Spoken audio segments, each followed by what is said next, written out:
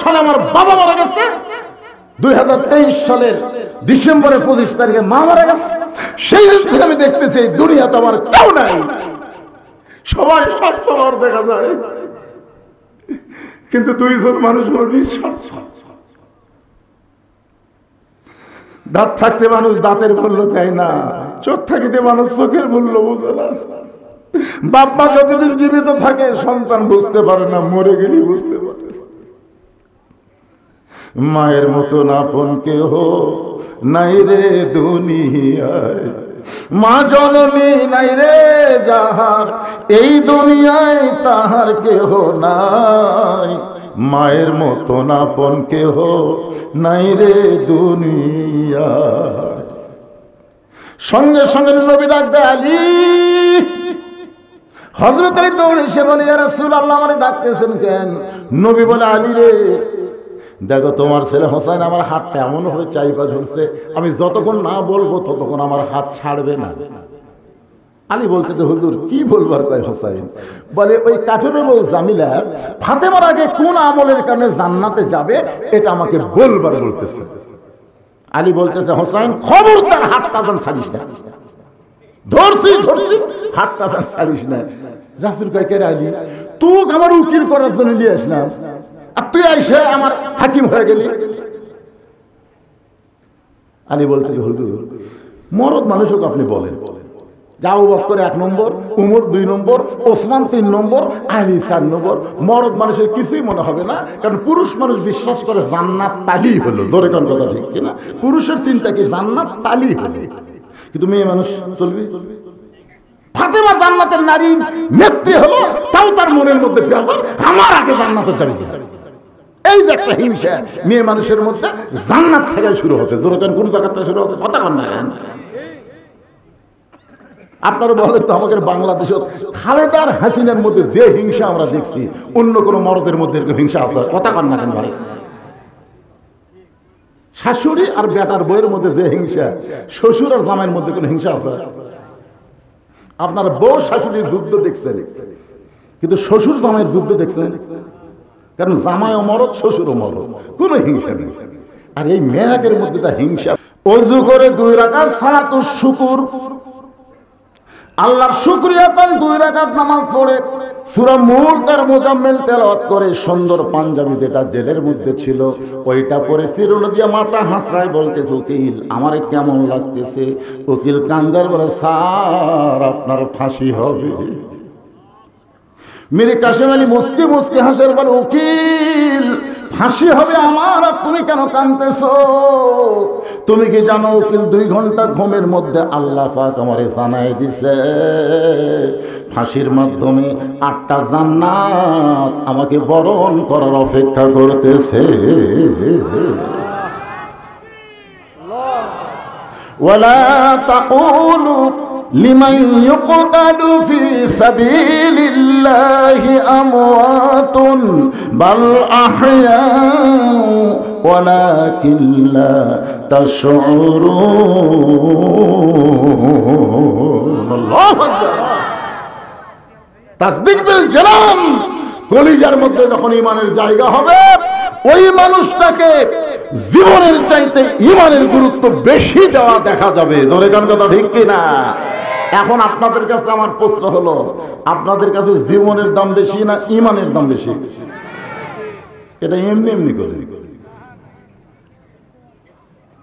পরীক্ষা হবে, কিন্তু পরীক্ষা হবে। আল্লাহ কোরআনে বলেছেন, আল্লাযী খালাকাল মাউতা ওয়াল হায়াতা লিয়াবলুয়াকুম আইয়ুকুম আহসানু আমালান ওয়া হুয়াল আজিজুল গফুর। মৃত্যু এবং হায়াত সৃষ্টি করছেন কে? লিয়াবলুয়াকুম, তোমাদেরকে পরীক্ষা করা হবে। আইয়ুকুম আহসানু আমালা, সুন্দর আমলের পরীক্ষা। বর্তমানে বাংলাদেশে আমরা দোয়া পড়ি, রব্বানা আতিনা ফিদ দুনিয়া হাসানা ওয়া ফিল আখিরাতি হাসানা। এই আরবির বাংলা অর্থ জানেন? এই যারা দোয়া করেন এই অর্থ জানেন? জানেন না? এর বাংলা অর্থ হলো, আল্লাহ তুমি আমাদের দুনিয়াকে সুন্দর করে দাও, দুনিয়া সুন্দর না হলে আখিরাত কোনোদিন সুন্দর হবে? বর্তমানে বাংলাদেশ সুন্দর আছে মানুষের তৈরি আইন দিয়ে আমরা চলার কারণে আমাদের চাল চরিত্র পশুর মতো হয়ে গেছে। আমি একবার রমজান মাসের আগে সৌদি আরবে গেছিলাম, ওখানে রোজার মাস ছিলাম। যে রমজানের চাঁদ উঠলো, ঘোষণা হয়ে গেল কোরআন নাজিলের মাস, আল্লাহ আবার আমাদেরকে দিয়ে দিলেন নিয়ামত স্বরূপ রহমত মাগফিরাত নাজাতের মাসের কারণে প্রত্যেকটা খাদ্য দ্রব্য, প্রয়োজনীয় দ্রব্য, তাদের দাম যা ছিল তার অর্ধেক করে দেওয়া হলো। যার দাম ছিল 10 টাকা, দাম হয়ে গেল 5 টাকা। দেখছেন কোরআনের চাঁদ উঠছে, দাম হয়ে গেছে অর্ধেক। সৌদি আরবে পুরোপুরি কোরআনের আইন নাই, মোটামুটি একটু আছে। আর সেইটা থাকার কারণে প্রত্যেকটা নিত্য প্রয়োজন জিনিসের দাম যদি রমজান মাসের উসিলায় অর্ধেক হয়ে যায়, আর আমাকে চাঁদ ওঠার সাথে সাথে, তার মানে কি বুঝতেছেন? রব্বানা আতিনা ফিদ দুনিয়া হাসানা, এই দুনিয়াকে সুন্দর করতে গেলে মানুষের তৈরি সংবিধান, মানুষের তৈরি আইন চলবে না, একমাত্র আল্লাহর কোরআনের আইন চালু করতে হবে। জোরে বলেন কথা ঠিক কিনা? আইয়ুকুম আহসানু আমালা, সুন্দর আমল করতে গেলে সুন্দর একটা পরিবেশ লাগবে। সুন্দর একটা পরিবেশ যদি তৈরি করতে চান, সুন্দর একটা সমাজ লাগবে। সুন্দর একটা সমাজ যদি তৈরি করতে চান, তাহলে সুন্দর একটা রাষ্ট্র লাগবে। সুন্দর একটা রাষ্ট্র যদি তৈরি করতে চান, তাহলে সুন্দর একটা সংবিধান লাগবে। আমার হাতের দিকে তাকায় দেখে, দেখতেছেন? দেখলেও সব আছে। আজকে দেখলাম এক বক্তা ওয়াজ করতেছে, কাবা শরীফের দিকে তাকাইলেই গুনাহ মাফ। কাবা শরীফের দিকে তাকাইলে গুনাহ মাফ না, আল্লাহর কোরআনের দিকে মহব্বত করে তাকালে আল্লাহ তাকে মাফ করে দিবে। সুবহানাল্লাহ বলেন। কারণ কাবার কোনো পাওয়ার নাই, কাবার দিকে তাকালে গুনাহ মাফ কেমনে হবে? মদিনা থেকে যখন রাসূল মক্কা বিজয়ের পরে মক্কায় আসলেন, কাবা ঘরের দরজা খুলে দেখে কাবা ঘরের মধ্যে 360টা মূর্তি কাফেররা ঢুকাই দিছে। এখান থেকে বোঝা গেল কাবা আল্লাহর ঘর হতে পারে, কিন্তু আল্লাহ নিরাপত্তার দায়িত্ব নেয় নাই। আর কোরআন আল্লাহর বাণী, নিরাপত্তার দায়িত্ব আল্লাহ নিজে নিয়েছে। ধরে কোন কথা ঠিক কিনা? ইন্না নাহনু নাযালনা যিকরা ওয়া ইন্না লাহু লাহাফিজুন। কি এজন্য সবাই তাকায় দেখেন তো, চোখ টলটল করতেছে, দেখেন এই মালটা কি, দেখেন। আরে কোরআনের মাহফিলে আসি, কোরআনের ওয়াজ শুনি, পরের দিন রামাত কবির গল্প করি। এই বছরে কোন বক্তার ওয়াজ সাটলো ভালো, কোন বক্তা কেমন ওয়াজ করলো, হায় কে সাটালো, কে কেমন করলো, কে টান কিভাবে দিল, এই গল্প চলবি না। আগামীকাল গল্প হবে আমরা বাংলার জমিনে জীবন থাকা অবস্থায় কোরআনের বিজয় দেখতে চাই। জোরে কোন কথা ঠিক? রাসূল বলেছেন, মান সাআলাল্লাহু তাআলা আশ-শাহাদাতা বিসিদকিন বাল্লাগাহুল্লাহু মানাজিলাশ শুহাদা ওয়া মাতা আলা ফিরাশিহি, রাওয়াহুল বুখারী কিতাবুল মাগাজি। কোরআন বিজয়ের আন্দোলনে শাহাদাতের তামান নিয়ে কেউ যদি আল্লাহর জমিনে কোরআনের বিজয় চায়, ওই মাতা আলা ফিরাশিহি, সে যদি নিজের বিছনায় মৃত্যুবরণ করে, বাল্লাগাহুল্লাহু মানাজিলাশ শুহাদা, হাসরের ময়দানে আল্লাহ তাকে শহীদদের কাতারে দাঁড় করায়া দিবে। এই জন্য একটা স্লোগান দিয়ে আবার আসরের আলোচনা শুরু হবে। বিরক্ত হচ্ছেন? আল কোরআনের আলো ঘরে ঘরে বাদ দেন তো, ওটা অ্যাঙ্গেলের স্লোগান। এখন ডাইরেক্টে হবে, কর পারবেন? হ্যাঁ, বিএনপি জাতীয় পার্টি এরা চিন্তা করতেছে কোরআন যদি সংসদ যায় তাহলে আমাদের নেতৃত্ব কেমনি চলবে। এই জন্য সংসদের কথা না করে একটা অ্যাঙ্গেলে ডোজ দেন, সেটা হলো আল কোরআনের আলো সব জায়গায় যায়। আপনার বলতে সব জায়গার মধ্যে সংসদ আছে না নাই, তাহলে ওরা আর এই করবি না। এই জন্য একটু ঘাইডা স্লোগান দেবেন। এ ভাই, কোনো দিকে তাকা থেকে না করে কোরআনের পক্ষে একটা স্লোগান দিবেন, এই কোরআনের সুপারিশ আল্লাহ আপনাকে জান্নাত দিয়ে দিবে। অসুবিধা আছে? আল কোরআনের আলো হলো না, এটা মরদ মানুষের স্লোগান হলো না। এর সাইডে জোরে পারবেন আপনারা? আল কোরআনের আলো কোরআন হাদিস যেখানে, দুনিয়ার মুসলমান লিল্লাহে তাকবীর। তাসদিক বিল জানান, কলিজার মধ্যে যখন ঈমান থাকবে ওই ব্যক্তির কাছে জীবনের চাইতে ঈমানের গুরুত্ব বেশি হবে। এরপরে রাসূল বললেন আমল বিল আরকান, ঈমানের ব্যাখ্যা হচ্ছে সূরা আসরের কয় বিষয়, তার মধ্যে ঈমানের ব্যাখ্যা হচ্ছে আমল বিল আরকান, ঈমান অনুযায়ী আমল করা লাগবে। সূরা আসরের 2 নম্বর বিষয় হলো আমিলুস সালিহা, নেক আমল করো। আপনার বলেন তো ঈমান গ্রহণ করার পরে আল্লাহ কর্তৃক যত আমল আমাদেরকে দিয়েছেন তার মধ্যে সর্বশ্রেষ্ঠ আমলের নাম কি? সবাই এক বাক্যে বলা লাগবে, নাম কি? আরো জোরে জোরসে বলুন। সাবেক প্রধানমন্ত্রী হাসিনা কিন্তু 560টা মডেল মসজিদ বানাচ্ছে। গত বছর এক আওয়ামী লীগ নেতা আমাকে বলতে, হুজুর আমাদের প্রধানমন্ত্রীর ভালো কোনো গুণ আপনার কাছে পড়ে না। এই যে প্রত্যেকটা উপজেলায় একটা করে মসজিদ বানালো, এটাকে আপনাকে সুগত পড়ে না? আমি বললাম ভাই আপনারা বলেন তো, মসজিদ কি দেখার জন্য তৈরি করা হয় না মসজিদের নামাজের জন্য তৈরি করা হয়? আপনারা কিন্তু মসজিদ দেখার জন্য। আপনি গোটা আবাদপুকুর এলাকায়, এই গোটা রানীনগর এলাকায় আপনি ঘুরে ঘুরে মসজিদ দেখেন আর বলেন এই রানীনগরের মধ্যে সবচেয়ে সুন্দর মসজিদ কোনটা রে? আপনি সব দেখে সুন্দর বলতেছেন, ওই মসজিদ সুন্দর, ওই মসজিদ একটু 2 নম্বর, ওই মসজিদ 3 নম্বর। আপনার একটা সব হবে, একটা সব হবে, কথা বল না কেন?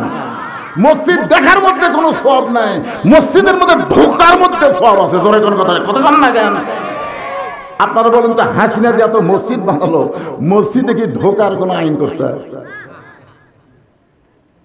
হাসিনা 560টা না 5 লক্ষ যদি মসজিদ বানায় একটা সওয়াবও পাবে না। কারণ হাসিনা সাধারণ কোনো হাসিনা না, হাসিনা হলো বাংলাদেশের প্রধানমন্ত্রী। জোরে কথা বল না কেন? আর প্রধানমন্ত্রীর জন্য আল্লাহ কি বলছেন? আল্লাযীনা ইম্মাক্কান্নাহুম ফিল আরদ, মুসলমানের মধ্যে কাউকে যখন ক্ষমতার চেয়ার দেওয়া হবে তার 1 নম্বর দায়িত্ব হলো আকামুস সালাত, নামাজ কায়েম করা। জোরে কথা ঠিক কিনা? তুমি ক্ষমতার চেয়ার পায় মসজিদ বানাবা, নামাজ কায়েমের বিল পাস করবা না, তোমার আমলনামায় একটা সওয়াবও হবে না। জোরে কথা ঠিক কিনা? কথা বলে। তাহলে ঈমানের পরে ঈমানকে রক্ষা করার জন্য 1 নম্বর আমলের নাম কি? আপনি বলেন তো রোজা না রাখলে লোকটা বেঈমান হবে, হজ না করলে লোকটা কাফের হবে, যাকাত না দিলে লোকটা কাফের হবে, এরকম কোন হাদিস আছে? নেই। আমি যত হাদিস পড়ছি, রোজা না রাখলে কাফের হবে, হজ না করলে কাফের হবে, যাকাত না দিলে কাফের হবে, নাই। কিন্তু নামাজ না পড়লে মারাত্মক কথা। এই হাদিসগুলো পড়তে পড়তে আমার চোখে পানি আসে। যখন হাদিসটা পড়ি, বাইনাল আবদি ওয়াল কুফরি তরকুস সালাত, বান্দা আর কাফেরের মধ্যে পৃথক করার জিনিসটার নামই হলো নামাজ। যেই ব্যক্তি নামাজ পড়ে সে হলো বান্দা, যে নামাজ পড়ে না সে হলো কাফের। এখন এই যে হাজারো মানুষের মধ্যে মাগরিব এশার নামাজ কারা পড়েননি? হাত তুলবার বলতেছি না। আপনার মধ্যে একটা বিবেক আছে না নাই? কেউ ভিডিও মানে রাই, তোমাকে খবর কি? হ্যাঁ হ্যাঁ রে, মাইকের অপারেটরের খবর কি? মাইক আল্লাহ, এটা কি? সুবহানাল্লাহ। টুপির উপর পাগড়ি পরে নামাজ পড়লে 70 গুণ সওয়াব হয়। সেদিন থেকে লোকটা পাগড়ি পরে নামাজ পড়ে, সব বেশি। একদিন মসজিদে গিয়ে থেকে পাগড়ি আনে নেই। এখন চিন্তা করে বাড়ির যা পাগড়ি আনতে না, জামাতে নামাজ পড়লে 27 গুণ, পাগড়ি মাথার দিলে 70 গুণ। কোনটা ধরি কোনটা ছাড়ি? মন বলতেছে 70ই ধর। ইচ্ছা করে জামাতে নামাজ বাদ দিচ্ছে। সবাই নামাজ পড়ে যখন বাড়িতে গেছে, ও তখন মসজিদের সামনে কাতারে গিয়ে এক টানে লুঙ্গি খুলছে। লুঙ্গি খুলে ওই লুঙ্গি আড়াআড়ি ভাঁজতে মাথার বাঁধিছে। বান্দা রুকুর থেকে সেজদাত গেছে। ইতিমধ্যে এক মুসল্লি মসজিদের মধ্যে ঢুকে সর্বনাশ, 5-7 মারছে থাবা। লাভ দুটো বলে মানে মারলে কেন ভাই? বলে মারার কারণ তো লুঙ্গি। বলে আপনার চোখ নাই, লুঙ্গি আমার মাথায়। আরে পাগল, মাথার খেন। বলে সবের আশা, আপনি জানেন না পাগড়ি পরে নামাজ পড়লে 70 গুণ সওয়াব? লোকটা বলে পাগল, লুঙ্গি পরা হলো ফরজ আর পাগড়ি পরা হলো সুন্নাত। ফরজ তরক করে কেউ যদি সুন্নত আদায় করে তার তো কোনো সওয়াব হবে না, বরং পাপ হবে। ওয়াজ শোনা হলো মুস্তাহাব আর এশার নামাজ পড়া হলো ফরজ। এশার নামাজ বাদ দিয়ে যারা ওয়াজ শুনতেছে, জোরে কর, এশার নামাজ বাদ দিয়ে যারা ওয়াজ শুনতেছে তারা লুঙ্গি খুলিয়া মাথায় পাগড়ি পরেছে। আমার সাথে সবাই বলা লাগবে, দেখছেন তো কারা কারা বলে না, যারা যারা বলবি না মনে করবেন এরা এসা পড়েছে, এখনই সব ধরা পড়বে। আপনি বলবেন আর খালি সাইড খেয়াল করেন বলে কি বলে না। সবাই বলেন এশার নামাজ বাদ দিয়া যারা, বলেন এশার নামাজ বাদ দিয়া যারা ওয়াজ শুনতেছে তারা লুঙ্গি খুলিয়া মাথায় পাগড়ি পরেছে। মান তারাকা সালাত, এই হাদিসটা আরো কঠিন। এটা বুখারী এবং মুসলিম দুই কিতাবে আছে। মান তারাকা সালাত মুতাম্মিদান ফাকাত কাফারা, ইচ্ছা করে একটা ওয়াক্ত নামাজ যারা না পড়বে তারা অবশ্যই কাফের হয়ে যাবে, অবশ্যই। তাহলে মাগরিবও পড়েনি, এশাও পড়েনি, এর খবর কি? ওই আমার নিয়ত করে আছে ফজরও পড়বো না। শোনেন, আপনাকে তো যাত্রাপুর মসজিদটা মাশাআল্লাহ আসার সময় দেখলাম সেই সুন্দর, আলহামদুলিল্লাহ।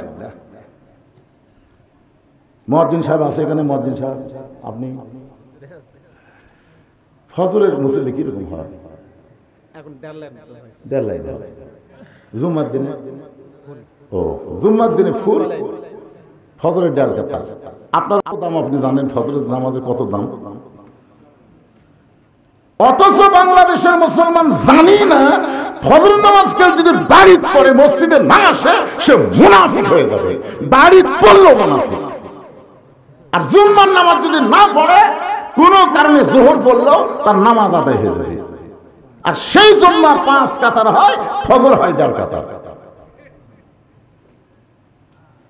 তার মানে আপনারা বিশ্বাস করবেন ফজরে যেইটুকু মুসল্লি হয় এইগুলো হল আসল মুসল্লি।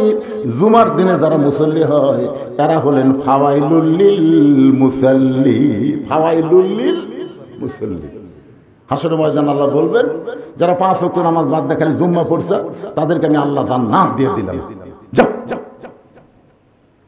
লা তাকনাতু মির রাহমাতিল্লাহ, আল্লাহর দয়ার কাছে কোনো কিছু কইলে আল্লাহ কয় খালি জুম্মা পড়ছে 5 ওয়াক্ত পড়নি, আমি আল্লাহ দয়া করে তারপর জান্নাত দিয়ে দিলাম। তখন জুম্মা পাটি বলবো আল্লাহ আমরা আগে জান্নাত পেলাম, 5 ওয়াক্তরা বসে থাকি, জুম্মাদার কই করে তোর কি খবর আছে?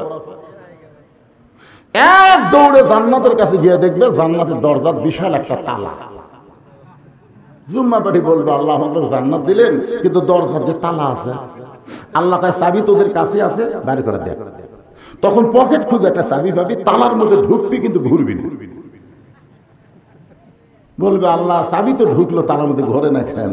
আল্লাহ বলে পাগলা তালার মধ্যে 5টা দাগ আছে, তোকে চাবির মধ্যেও 5টা দাগ থাকা লাগবে, দাগে দাগে মিল হবি, কুট্টুস করে খুলে দিবি।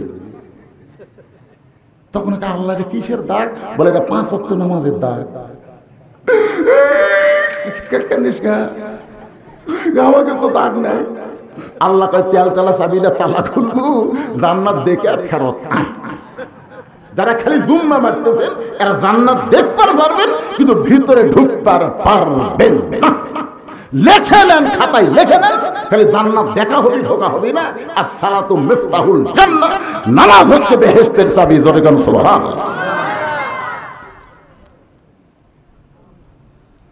পুরুষ মানুষের জন্য 5 ওয়াক্ত নামাজ, একটা ওয়াক্ত নামাজ বাদ দেওয়া যাবে না। ওয়ামিলুস সালিহার মধ্যে পুরুষের জন্য 1 নম্বর নেক আমল হলো নামাজ, আর নারীদের জন্য 1 নম্বর নেক আমলের নাম হলো পর্দা। এই যাত্রাপুরের মায়েরা যারা পর্দার অন্তরে বসে আছেন, পুরুষের জন্য 1 নম্বর হলো নামাজ, আর নারীদের জন্য 1 নম্বর নেক আমলের নাম কি? আরো জোরে বলে পর্দা। পর্দা যদি না থাকে মেয়েদের একটা আমল আল্লাহ কবুল করবে না, একটা করবে না। তুমি রোজা থাকবে, নামাজ পড়বে, আর পাড়ার লোক সব লোক তোমাকে দেখবি চড়াউঠক বসে গল্প করবি, আমাকে পাড়ার মধ্যে সবচাইতে সুন্দরী বউ কার রে? আপনারা বলেন তো, পাড়ার মধ্যে কার বউ সুন্দরী? এটা যদি স্বামী ছাড়া কোনো পরপুরুষ কবার পারে, তাহলে বুঝবেন ওই স্বামী জাহান্নাম। কথাটা খেয়াল করে শুনছেন? পাড়ার মধ্যে কার বউ সুন্দরী, এটা স্বামী ছাড়া যদি অন্য কোনো পুরুষ কবার পারে, তাহলে বুঝবেন ওই স্বামী হচ্ছে দাউস। আর দাউসের জন্য লা ইয়াদখুলুল জান্নাহ, সে কোনোদিনও জান্নাতে যাবার পারবে না। এই কথা কন না কেন, কথা কন না কেন? এখন বলেন পাড়ার মধ্যে কার বউ সুন্দরী? আমাদের খান্দক ফেরা কাম করবেন, আমরা সেই মরদ নয়। একটু মনোযোগ দিয়ে শুনবেন। আল্লাহর নবী ফাতেমার ঘরের মধ্যে গিয়ে মুচকি মুচকি হাসতেছে। নবীর মেয়ে ফাতেমা বলে, বাবা আমার ঘরের মধ্যে মুচকি মুচকি হাসেন কারণ কি? রাসূল বলে, ফাতেমা এই মুহূর্তে আল্লাহ পাক আমাকে জানাইলো তুমি জান্নাতি নারীদের নেত্রী। সঙ্গে সঙ্গে ফাতেমা বাবার কাছে বসে বলে, বাবা আমি এমন কি আমল করলাম যে আমল করার কারণে আল্লাহ আমাকে জান্নাতি নারীদের নেত্রী বানাইলো? রাসূল বলে, ফাতেমা তোমার পর্দাকে আল্লাহ কবুল করে এরকম পুরস্কৃত আল্লাহ তোমাকে করে দিয়েছে। আল্লাহ দেখেছে তার বান্দীদের ভিতরে সবচাইতে পর্দানিশী যে, তার নাম হলো ফাতেমা। আল্লাহ তোমাকে জান্নাতি নারীদের নেত্রী বানাই দিবে। প্রত্যেক জুম্মার সানি খুতবায় ইমাম সাহেব আপনাদের শুনাই, সাইদাতুন নিসায়ে আহলেল জান্নাহ ফাতেমাতুস জহুরা। আপনারা বলেন তো জহুরা মানে কি? আপনাদের জন্য না শোনা লাগলো, আমার মা বোনদের জন্য এরা শোনা দরকার। জোরে কোন কথা ঠিক কিনা? মাশাআল্লাহ। ফাতেমা যখন খুবই আনন্দ করতেছে, খুব আনন্দ, জান্নাতের নেতৃত্ব। ইতিমধ্যে রাসূল বললেন, মা আর একটা খবর তোমাকে দিবার চাই, কিন্তু মন খারাপ করা চলবে না। ফাতেমা বললেন, বাবা আপনার কাছে কোনো খবর তো মন খারাপের নাই, তো বলেন তো সেই খবর কি? রাসূল বললেন, তুমি জান্নাতের নারীদের নেত্রী হলো, তোমার আগে একটা মেয়ে জান্নাতে যাবে। যেই কইছে তুমি জান্নাতের নারীদের নেত্রী হলে কি হবে, তোমার আগেও একটা মেয়ে জান্নাতে যাবে। সঙ্গে সঙ্গে ফাতেমা বলে, বাবা এটা আল্লাহর কেমন কথা? আমি জান্নাতের নেত্রী হলাম আর আমার আগে একটা মেয়ে জান্নাতে যাবে, এই মেয়েটা কে গো বাবা, তার পরিচয় কি? রাসূল বলেন, ফাতেমা ওই যে একটা পাহাড় দেখতেছো? বলে হ্যাঁ, ওই পাহাড়ের পাশে একটা জঙ্গল, জঙ্গলের সামনে ছোট্ট একটা বাড়ি, ওই বাড়িটা হলো একটা কাঠুরিয়ার বাড়ি। ওই কাঠুরিয়ার বিবি জামিলাকে আল্লাহ তোমার আগে জান্নাত দিবে। আপনারা তো সুবহানাল্লাহ বলেন, কিন্তু ফাতেমা সুবহানাল্লাহ। ফাতেমা ছোট বাচ্চার মতো কান্দে বলে, বাবা সাধারণ একটা কাঠুরার বিবি জামিলা এমন কি আমল করলো বাবা, যে আমল করার কারণে আমার আগে আল্লাহ তাকে জান্নাত দিবে? আপনি একটু বলে দেন বাবা, আমিও সেই আমলটা করবার চাই, জান্নাতের নেত্রী হব আর সবার আগে জান্নাতে যাব না, এটা আমার জন্য বড় বেমানান হবে। রাসূল মুস্কি মুস্কি হাসে, জান্নাতের নেত্রী হবে আবার সবার আগেও জান্নাতে যাবে, দরকার হলে যত কঠিন আমল হোক না কেন তারপরেও করবে। ধরে করুন সুবহানাল্লাহ। রাসূল বলেন, ফাতেমা কোন আমলের কারণে কাঠুরার বিবি জামিলাকে আল্লাহ তোমার আগে জান্নাত দিবে এটা আমি বাবা বলতে পারবো না, তুমি তদন্ত করে জেনে নাও। আসরের নামাজের পরে ফাতেমা চুপি চুপি ওই কাঠুরার বউ জামিলার বাড়ির দরজায় গিয়ে বলে, জামিলা আমি নবীর মেয়ে ফাতেমা, মেহেরবানি করে একটু দরজা খোলো। জামিলা দরজায় ছোট বাচ্চার মতন কান্দে। ফাতেমা বলে, জামিলা কান্দার কারণ? বলে, আমার সারা জীবনের সাধনা একটা বার শুধু নবীর মেয়ে ফাতেমাকে দেখতে চাই। জামিলা বললেন, দরজা খুললেই দেখা হবে, কান্দার দরকার নাই। ফাতেমা বলতেছে, জামিলা দরজা খুললেই দেখা হবে, কান্দার দরকার নাই। জামিলা বলে, ফাতেমা কান্দার কারণ হলো আমার স্বামী এখন বাড়িতে নাই, স্বামীর হুকুম ছাড়া ফাতেমার জন্য দরজা খুলতেও আমি বড় ভয় পাই। ফাতেমা কই, ওরে বাবা রে, স্বামীর হুকুম ছাড়া ফাতেমার জন্য দরজা খুলতে? হে মায়েরা, আজকের অধিকাংশ মা স্বামী মানে না। কথা বল না কেন? আপনাদের যাত্রাপুরের খবর আপনারাই ভালো জানেন। ওরে মুসলমান, খালি খালেদা হাজিরা প্রধানমন্ত্রী না, প্রত্যেকটা বাড়ি বাড়ি একটা করে প্রধানমন্ত্রী হচ্ছে। ধরে করে কথা ঠিক কিনা? ওর বাপ, ওর ভাই, ওর বোন আলে দেখেন কি হারে করে, আর আপনার বাপ, আপনার ভাই, আপনার বোন আলে ওই ঘুম পাড়ে চাপাত খালি জুতার লাগছে। ধরে করে কথা ঠিক কিনা? তোর বাপ মালে তুই এত করিস, আর আমার বাপ মালে তুই দেখতে পারিস না, ঘুম পারিস। বেশি কথা করলে কি গরম হয়ে যায়? জামিলা বললেন, ওগো নবীর মেয়ে ফাতেমা, আজকে আপনার জন্য আমি ঘরের দরজা খুলতে পারবো না, কারণ স্বামী আমার বাড়িতে নাই। স্বামীর হুকুম ছাড়া দরজা কেমনি খুলবো? তবে আজকের মতো আপনি ফেরত যান। আগামীকাল যদি এই সময় আসেন, আসা মাত্রই আমি দরজা খুলে দিব, কারণ রাতের বেলা স্বামীর কাছ থেকে আপনার জন্য দরজা খোলার হুকুম নিব। ফাতেমার আগ্রহ বেড়ে গেছে। যেই মেয়েটা স্বামীর হুকুম ছাড়া ফাতেমার জন্য দরজা খোলে না, এই মেয়েটা আমার আগে কোন আমলের কারণে জান্নাতে যাবে, বাড়ির মধ্যে ঢুকে আমার দেখাই রাখবে। আপনারা কোন আগ্রহ বাড়বে না কমবে? ফাতেমা বললেন, জামিল অবশ্যই আগামীকাল এই সময় তোমার বাড়ির দরজা আসবে ইনশাআল্লাহ। ফাতেমা চলে গেলেন। পরদিন বিকেল বেলায় যখন জামিলার বাড়ির দিকে রওনা দিয়েছে, এমন সময় ছোট্ট একটা বাচ্চা ফাতেমার সামনে দাঁড়ায় বলে, মা, গতকাল বিকেল বেলা কোথায় গেছেন? আমি আপনাকে এত খুঁজলাম মা, আপনাকে কিন্তু বাড়িতে পাইলাম না। আজকেও চোরের মতন কোথায় যাবেন? আমি আপনার সঙ্গে যাবার চাই। ফাতেমা তাকায় দেখে এই বাচ্চার কেউ না, তার ছোট্ট ছেলের নাম হলো হোসাইন। হাসান হইলে বুঝান যাইত, কিন্তু হোসেনকে বুঝান যাবে না। রাসূল বলেছেন, হাসান অবিকল আমি নবীর মতো, আর হোসাইন হলো একটু জেদি। এই জেদি হওয়ার কারণে ফাতেমা হোসেনকে সঙ্গে করে ওই জামিলার বাড়ির দরজায়। হোসেন বলতেছে, মা, এই ভাঙ্গা বাড়ির মধ্যে এমন কি আছে মা? গতকাল আপনি আইছিলেন, আজকে আবার নতুন করে আইলেন, এই বাড়িতে এমন কি আছে মা? এই বাড়ির দরজায় কেন বারবার আপনি আসতেছেন? ফাতেমা বলে, জামিলা, তুমি কি দরজা খুলবা না? জামিলা বলতেছে, 1 ঘন্টা হলে দাঁড়িয়ে আছি, আসা মাত্রই দরজা খুলে দিব। ফাতেমা বলে, তাহলে দরজা খুলে দাও। জামিলা কান ধরে বলে, ওগো নবীর মেয়ে ফাতেমা, মনে কষ্ট নেবেন না, কে যেন আপনাকে মা মা বলে ডাকতেছে। ওই ছোট্ট বাচ্চাকে নিয়ে যদি ঢুকতে চান, তাহলে আজকের মতো আপনি ফেরত যান, কারণ আমার স্বামী শুধু আপনার ব্যাপারে হুকুম দিয়েছে। আপনি একটা বাচ্চা নিয়ে আসবেন, এই কথা তো আমার স্বামীকে বলি নাই। আর স্বামীর হুকুম ছাড়া শুধু আপনি ঢুকতে পারবেন, কিন্তু আপনার বাচ্চাকে ঢুকতে দেওয়া যাবে না। সঙ্গে সঙ্গে হোসেন বলে, মা, এই মেয়েটা অত্যন্ত খারাপ মেয়ে।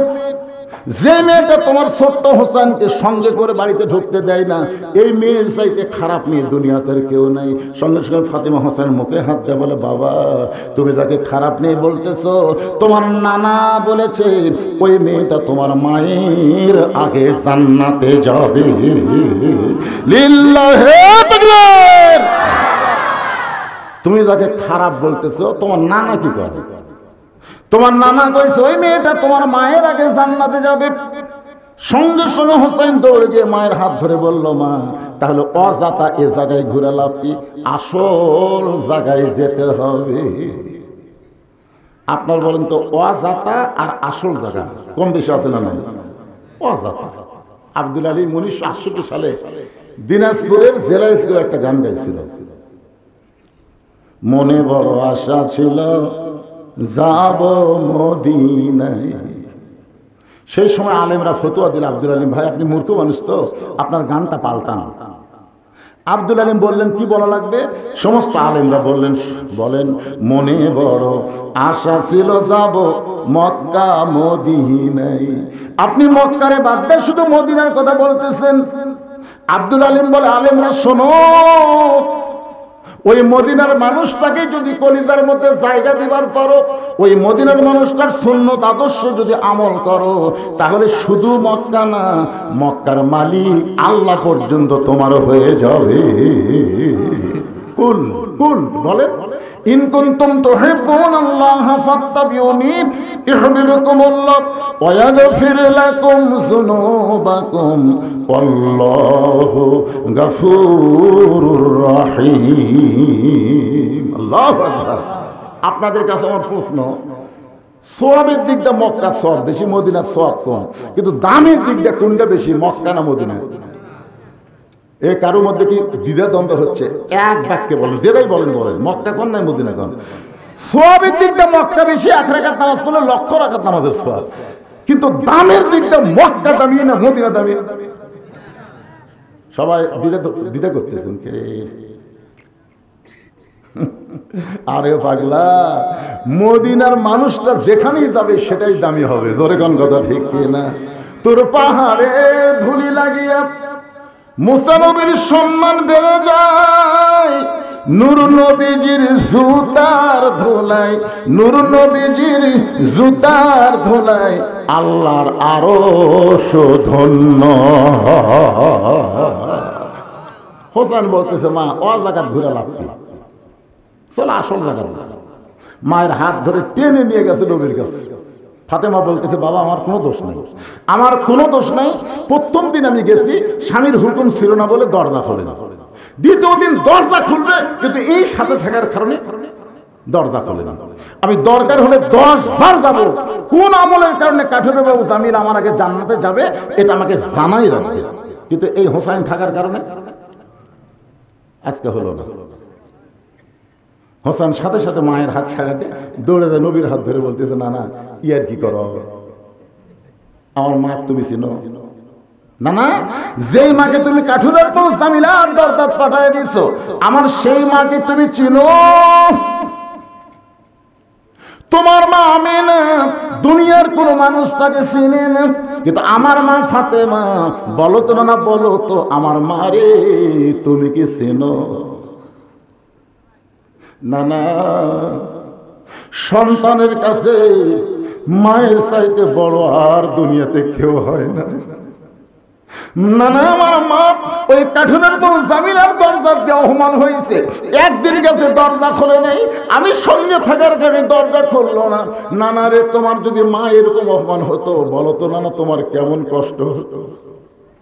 নানা রে, আমার মাকে অপমানের হাত থেকে বাঁচাইয়া তোমার দরবারে নিয়ে আইছি না, কোন আমলের কারণে? ওই কাঠুরের বউ আমার মায়ের আগে জান্নাতে যাবে যতক্ষণ তুমি। আপনারা আপনার মা বাবাকে চেনেন? চিনেন? মারা ছোটা দুধের দাম, কাটিয়া গায়ের চাম, পানি জুতা বানাইল ঋণের শোধ হবে না, এমন দরদি ভাবে কেউ হবে না আমার মা গো। কে রে ছেলেরা, কাকে মা বাঁচাছে রে? গানটা খেয়াল করে শুনতেছে? যাকে মরে গেছে তাকে সব শেষ।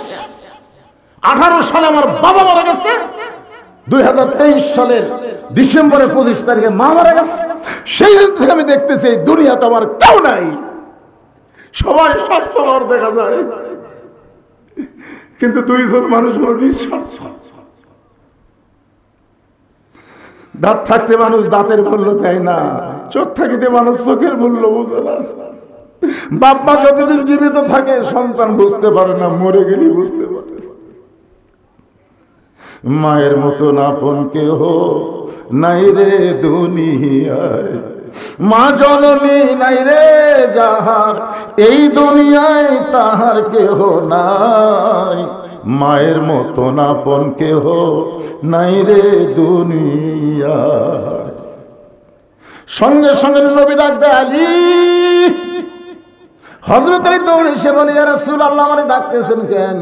নবী বলে, আলী রে দেখো তোমার ছেলে হোসেন আমার হাতটা এমন ভাবে চাইপা ধরছে, আমি যতক্ষণ না বলবো ততক্ষণ আমার হাত ছাড়বে না।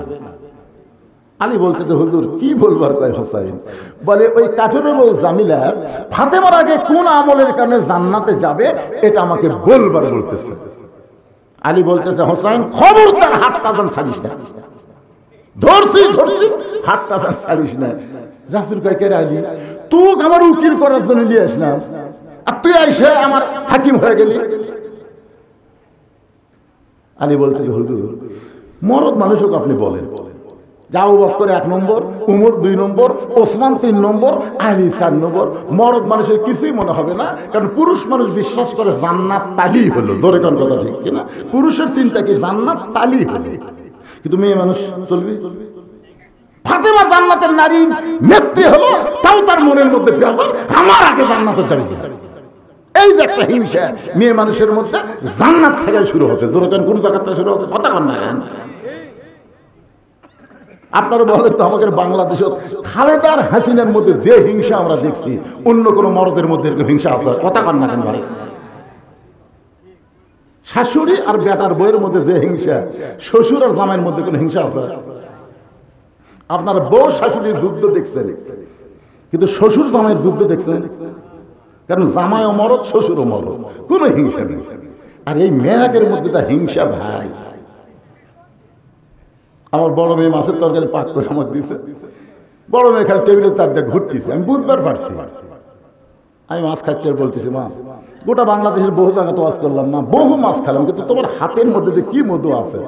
মেয়েটা আর এক টুকরা তুলে দেখে, আব্বু আর এক টুকরা খাও। কিন্তু তাকে দেখে আমার বউ খালি গাল ফুলে বসে আছে। কে গো তোমার কি হয়েছে? এখন থেকে মেয়ের বাড়িতে পার হয়ে যান, আপনার মেয়ে পারে, আমি তাই পারি। ওরে বাবারে, মেয়ের প্রশংসা করলে মায়ের মন খারাপ করে। এরাই হলো নারী জাত। জোরে কোন কথা ঠিক কি না? যা তারপরে তো আগামী 3রা ফেব্রুয়ারি আবার দাওয়াত দিছে। আজকের ওয়াজ শোনার পরে মেয়েরা হরতাল করবে, এটা জানার না আসে। কেরে ভাই, এখনো সুযোগ আছে, দাওয়াত ফেরত নেন। আমার মায়েরা মনে কষ্ট নিয়েন না। রাসূল বলে, আলী একদিন নিষেধ করেছিলাম, আজকে বলার হুকুম দিলাম। আলী বলতেছে, রাসূলুল্লাহ আপনি যদি বলার হুকুম দেন তাহলে আমার কোনো আপত্তি নেই। ফাতেমা দৌড়ে গিয়ে বলে, স্বামী গো তাহলে আপনাকে কি বলার হুকুম দিল? আলী বলতেছেন, ফাতেমা কোন আমলের কারণে কাঠের বউ জামিলা তোমার আগে জান্নাতে যাবে এটা আমি অনেক আগেই জানি, কিন্তু রাসূল নিষেধ করেছিল বলে আমি বলি নাই। আজকে যখন নবী বলার হুকুম দিল আমি তাহলে বলি, তুমি ধৈর্য নিয়ে শোনো। ফাতেমা বললেন, ধৈর্যের কথা কেন বলতেছেন? আলী বলতেছেন, ফাতেমা এক নারীর প্রশংসা আর এক নারীর কাছে করা যায় না। ধৈর্য নিয়ে দুনিয়ার কোন নারীর প্রশংসা শুনবি না। জোরে কোন কথা ঠিক কিনা? বিশ্বাস যদি না হয় আজকে আপনার বইয়ের হাত বুকের উপর নিয়ে বলবেন, আল্লাহ যদি আমাকে জান্নাত দেয়, জান্নাতে হুর পাবো। খালি এই কথা বলে দেখবেন তো আপনার হাত বুকর থাকে না কুটি যায়, খালি বলে দেখবেন। আজকে পরীক্ষা করেন, আসলে আমরা জান্নাতে গেলে কি পাবো? কথা বল না কেন? যেটা পাবো সেটা বলা যাবে না কেন? বোধ খালি কই আল্লাহ জানাতে হুর দিবি গো, ফট করে হাত টান দিবি। আমার কাছে হুরের ধান্দা করতেছেন।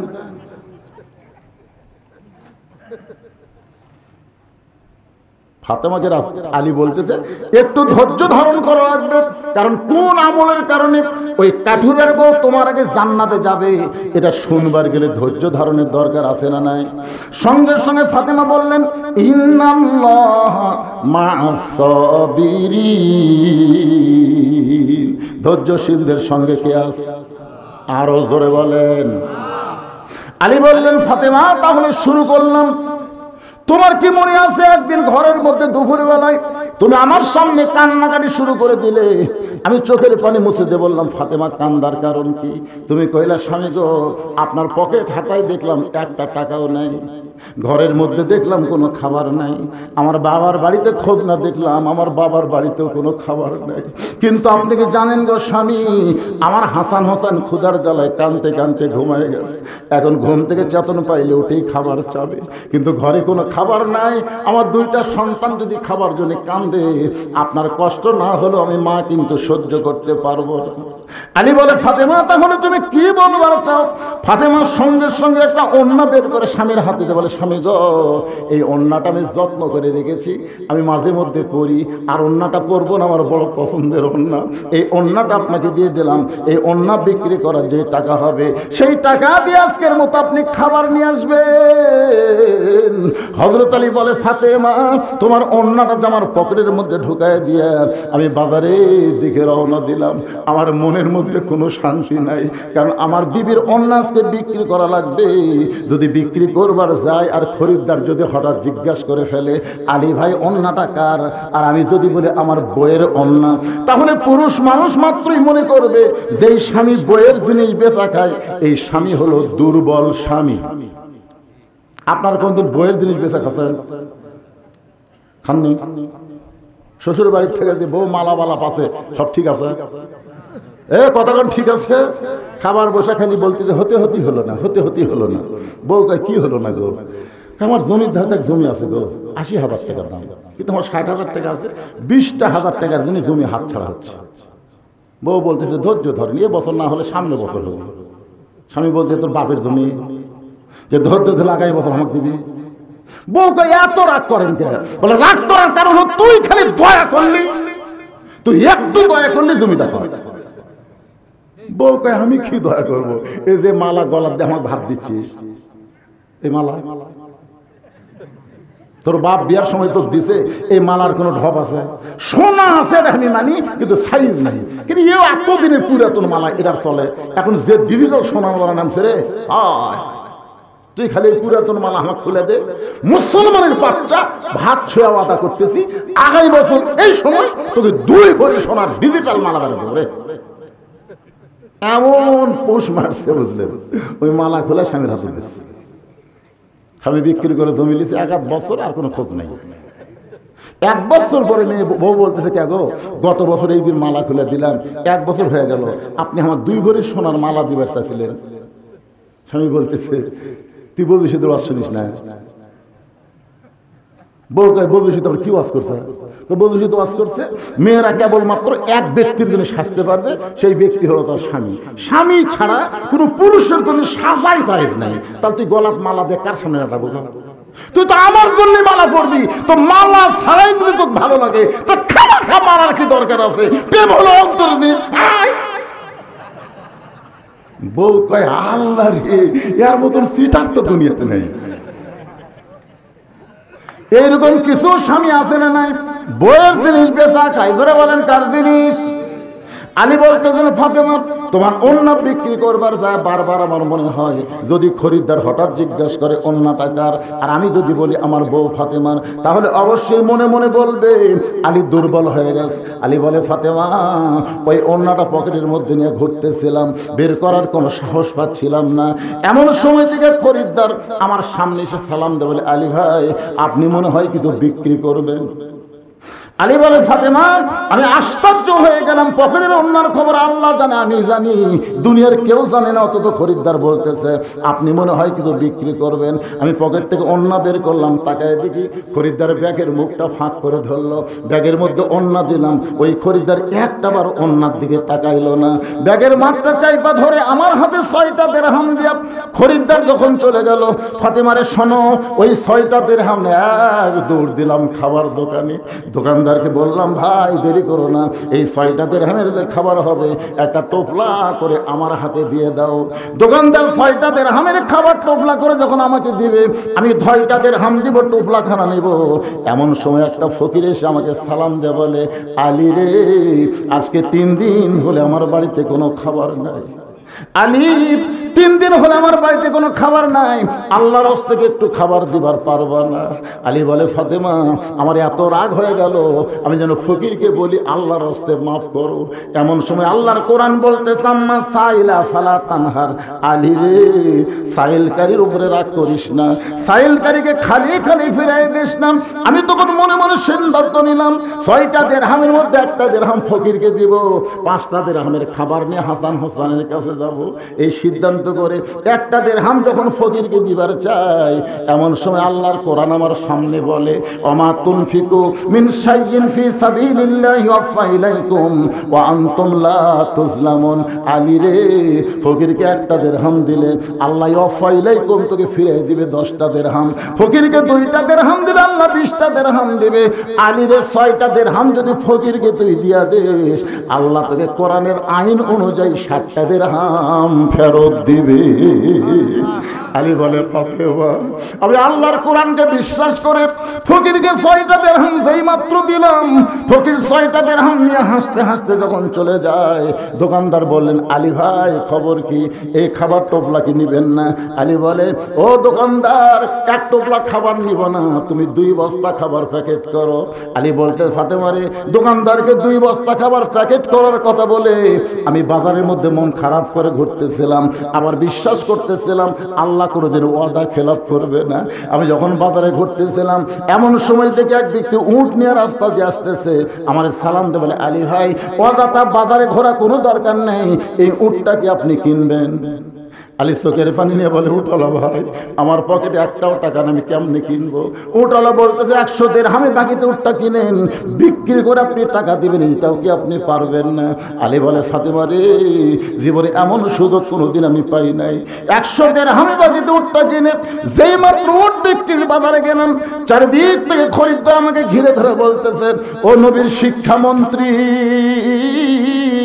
কবে থেকে এই উট কিনা বেচার ব্যবসা শুরু করলে? সোনারা বলেন, হযরত আলী ছিলেন আল্লাহর নবীর শিক্ষামন্ত্রী। জোরে কান সুবহানাল্লাহ। রাসূল তখন কি ছিলেন? রাসূল ছিলেন মদিনার রাষ্ট্রপতি। এই কথাটা মনোযোগ দিয়ে শুনবেন। রাসূল ছিলেন মদিনার, আর আলী ছিলেন শিক্ষামন্ত্রী, আবু বকর ছিলেন ধর্মমন্ত্রী, উমর ফারুক ছিলেন আইনমন্ত্রী, ওসমান গনি ছিলেন অর্থমন্ত্রী। সোনালা বলে, আর আমাদের কতগুলা নেতা কয় লেতা লেতা, ইসলামে বলে রাজনীতি নেই, সাফাত খালি বাড়ির দরকার। কিন্তু ইসলামের যদি রাজনীতি না হয় তাহলে উমর কি? আচ্ছা, চিন্তা করার দরকার আছে, রাজনীতি মানে বোঝা লাগবে তো। ফকির গেছে বাদশাহ সাজানোর দরবার, যা দেখে বাদশাহ সাজান মসজিদের মধ্যে ঢুকে 2 হাত তুলে বলতেছে, ও বাদশার বাদশাহ, তোমার দরবার আমি ফকির। ফকির কয়, কে রে? কার রাজনীতি? আমি তো বাদশার কাছে আসলাম রে। আসে থেকে বাদশাই ফকির, তাহলে রাজাকে? প্রত্যেকটা হাদিস, আপনি কোন সালে গেছিলেন? 23 সালে গেছিলেন। প্রত্যেকটা হাদিস কাবা ঘর সামনে নিয়ে বলতেছে, ইন্নাল হামদা ওয়ান নি'মাতা লাকা ওয়াল মুলক লা শারিকা লাক। আপনারা বলেন তো, লাকা ওয়াল মুলক লা শারিকা লাকের অর্থ কি? এই যে হাজী সাহেব আল্লাহর কাবা ঘর সামনে তো সাক্ষী দিলেন, রাজত্বের ভিতরে, রাজনীতির ভিতরে একমাত্র আল্লাহ ছাড়া দুনিয়ার কাউকে স্বীকার করি না। এখান থেকে প্রমাণ হলো আল্লাহর নীতি হলো রাজনীতি, আর মানুষের নীতি হলো ফকরা নীতি। জোরে কোন কথা ঠিক কিনা? আপনি বলতে পারেন ইসলামের সাথে ফকরা নীতির সম্পর্ক নাই, কিন্তু গোটা ইসলামই হচ্ছে রাজনীতি। সুবহানাল্লাহ কোন না কেন? রাজনীতি মানে কার নীতি? বাদশাহ সাজান ফকির, তাহলে বাদশাকে? তো বাদশার নীতি তো রাজনীতি। বুঝতে পারেন? আল্লাহ গানিয়ুন ওয়া আনতুমুল ফুকারা। আল্লাহ হলো ধনী, আমরা কি? একটু জোরে কর না কেন? তাহলে আমাদের নীতির নাম কি? না, নিজে ফকির স্বীকার করলেন না ভাইজান, তাহলে আমাদের একটা নীতি আছে না? এই নীতির নাম কি? তাহলে ফখরুল ইসলামের নীতি হলো ফকরা নীতি, রিজভির নীতি হলো ফকরা নীতি, বজলুর নীতি হলো ফকরা নীতি, হাসিন নীতি হলো ফকরা নীতি, তারেকের নীতি হলো ফকরা নীতি, আল্লাহর নীতি হলো রাজনীতি। জোরে কোন কথা ঠিক? তাহলে আপনারা কি বলবেন? গোটা ইসলামে আল্লাহর নীতি হলো রাজনীতি, আর মানুষের নীতি হলো ফকরা। কথা কর না কেন? আল্লাহর কোরআনের সাথে আপনারা একমত না দ্বিমত? একটু মনোযোগ দিয়ে শুনবেন। নবীর শিক্ষামন্ত্রী এই উটের ব্যবসা কবে থেকে শুরু করলেন? এত বড় একজন আলেম মানুষ উট বিক্রি করবার গেছে। আপনারা ধাপের হাটত কোনদিন গেছেন? আমি একবার কুরবানি কিনবার যাই, কি বিপদ! হুজুর, আপনি একটা আলেম হয়ে এই দালালের ফক করে পড়ছেন। আপনি গরু কিনবেন, লোক পাঠিয়ে দিবেন, আপনি কি বুঝতেছেন? আপনি বুঝতে পারবেন এর দাম কি আর কত চাচ্ছে? আপনি বোঝেন? আপনি বাদ জানতে, আপনার মতন হুজুর এর চলবি না। তা আলীর মতন বড় হুজুর কেউ আছে? আনা মাদিনাতুল ইলমে ওয়া আলী বাবুহা। রাসূল বলেছে আমি হলাম ইলমের শহর, আলী হচ্ছে তার দরওয়াজা। ধরে কোন সুবহানাল্লাহ।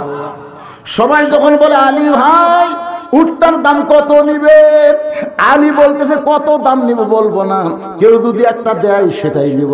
একজন দৌড়েছে ওটা রশি ধরে বলতেছে দরদামের কি দরকার, 160 দিরহাম দিয়া দিলাম। আলী বলে ফাতেমা উটলাকে 100 দিরহাম ফেরত দিয়ে বাকি 60টা দিরহাম এক দৌড়ে দোকানদারের কাছে। খবর কি ভাই?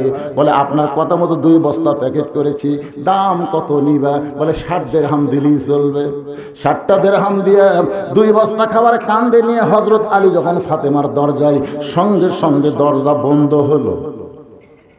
আপনারা বলেন তো, স্বামী যদি দরজা যায়, দরজা খুলবি না বন্ধ হবে? ফাতেমা দরজা বন্ধ করে দিল। দরজা দিয়ে কোনো গল্পই চলতেছে না, জানলা দিয়ে বলতেছে অন্যা বিক্রি করে টাকা দেখি, অন্যা বিক্রি করে টাকা দেখি, এক টোপলা হবে, 2 বস্তা কান্দত দিয়ে ঢিং ঢিং করে আসছে। যতক্ষণ পর্যন্ত 2 বস্তা কোথায় ফেলেন এটা না বলবেন, আমি ফাতেমা দরজা খুলবো না। 10,000 টাকা বেতনে চাকরি করেন আর 20,000 টাকা বাসা ভাড়া নেন। হাসিনার পিয়ন হলো 400 কোটি টাকার মালিক। মাথা চলে? এই তোর মাথা চলে? একটা পিয়ন বলে 400 টাকা কোটির মালিক আর হেলিকপ্টার ছাড়া বলে যায় না। বেতন পাও 10,000, বাসা ভাড়া 20,000, ইলিশ মাছ নিয়ে আসো, এলিয়াস এসে আসো, বউ একটা দিন করে না। খালি বউ যদি দরজা বন্ধ করতে মরো, না খাওয়া মরবো কিন্তু হারাম খাবো না। প্রত্যেকটা স্বামী সাইজ হবে। জোরে করে কথা কর না কেন? ফাতেমা দরজা বন্ধ করে বলে, স্বামী গো, অন্য বিক্রির করে টাকা দিয়ে বড় জোরে 1 টোপলা খাবার হবে, আপনি 2 বস্তা খাবার কোথায় পাইলেন? এটা যতক্ষণ না বলবেন ততক্ষণ দরজা খুলবো। আলী বলতে, ফাতেমা দরজা খোলো। দরজা খুললি আমি বলবো। ফাতেমা বলতেছে আগে বলেন তারপরে দরজা খুলবো। আলী বলতেছে, ফাতেমা কষ্ট দিও না, 2 বস্তা কান্দে থাকার কারণে শরীর গরম ভালো লাগছে, একটু দরজা খোলো তারপরে বলবো। ফাতেমা বলতেছে আগে বলেন তারপরে দরজা খুলবো। আলী বলতেছেন, ফাতেমা দরজা খোলো তারপরে বলবো। ফাতেমা বলতেছে আগে বলেন তারপরে দরজা খুলবো। এমন সময় আল্লাহর কোরআন আলীর সামনে এসে বলতেছে, আর রিজালু কাওয়ামুনা আলান নিসা, পুরুষ থাকবে নারীদের উপরে। যতক্ষণ ফাতেমা দরজা না খুলবে খবরদার বলবি না। সুবহানাল্লাহ কন না কেন? পুরুষ কি নারীর তলে না উপরে? এ কথা কন না কেন? এটা কি আমার কথা কছি না আল্লাহর কথা? তো আজকে আমাদের বাংলাদেশে কিছু মরদ মানুষ আছে, তারা মিছিল করে নারী পুরুষের সমান অধিকার। আল্লাহ বলতেছে, আর রিজালু কাওয়ামুনা আলান নিসা, পুরুষেরা থাকবে নারীদের উপরে। আর তুমি